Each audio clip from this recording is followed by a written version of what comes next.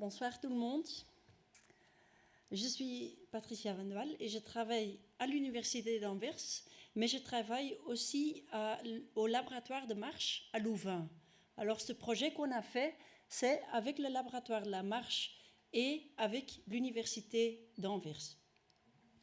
J'aimerais d'abord vous remercier pour l'opportunité de réaliser ce projet, mais aussi de vous présenter ce soir le projet. Et le titre, c'est la relation entre le niveau d'activité physique et la condition cardio-respiratoire chez les enfants atteints de paralysie cérébrale. Et c'est un projet qui est surtout pour les enfants marchants. Les enfants d'aujourd'hui sont beaucoup moins actifs qu'autrefois. Néanmoins, l'activité physique régulièrement est très importante, non seulement pour la santé physique, mais aussi pour la santé psychologique et l'intégration sociale. Pour les enfants avec PC, c'est aussi important de suivre les recommandations d'exercice et d'activité physique. Mais pour eux, ce n'est pas facile à cause de leurs restrictions motrices. À ce jour, les niveaux d'activité physique chez les enfants PC ne sont pas connus, car l'évaluation de l'activité et de la condition physique ne fait pas encore partie du suivi annuel. Cependant, introduire des recommandations sur l'activité physique est très important pour maintenir ou améliorer la santé physique et psychologique des enfants avec PC.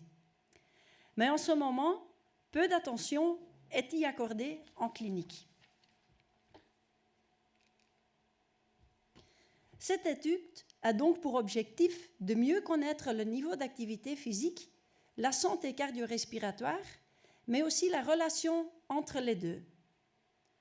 Pour faire cela, il nous faut d'abord une batterie de tests et des questionnaires qui nous permettent de mesurer et monitorer les enfants régulièrement.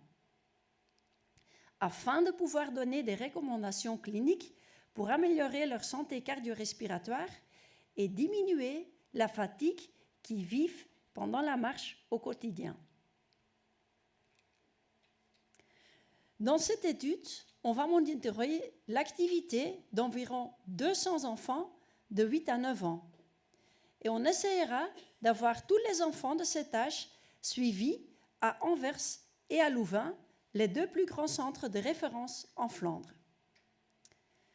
Ça nous donne la connaissance de le niveau d'activité physique en général, mais aussi par individu participant.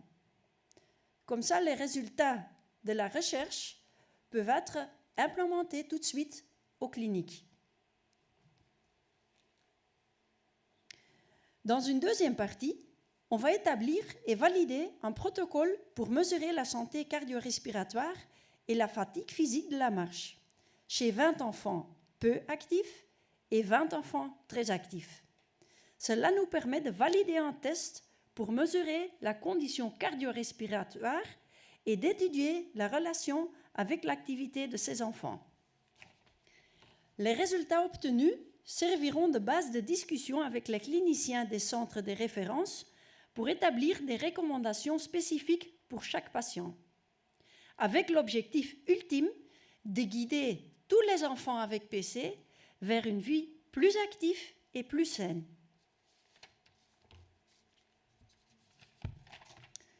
Merci de votre attention et de votre support pour permettre ce projet. Merci aussi à mes collègues pour leur aide sur ce projet. Mais surtout, un grand merci à tous mes amis sportifs avec PC qui me montrent chaque samedi que le sport est pareil pour tous et important pour se sentir bien dans la vie. Merci beaucoup.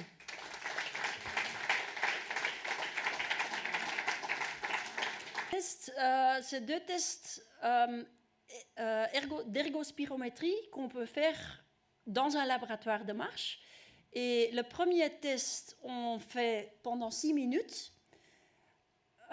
Les enfants marchent et on va mesurer l'oxygène qu'ils utilisent pendant la marche. Comme ça, on a une idée de ce qu'ils font, de l'intensité de l'exercice.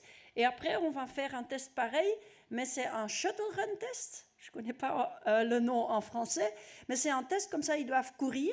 C'est un test qui est adapté au niveau de GMFCS, et comme ça, on peut savoir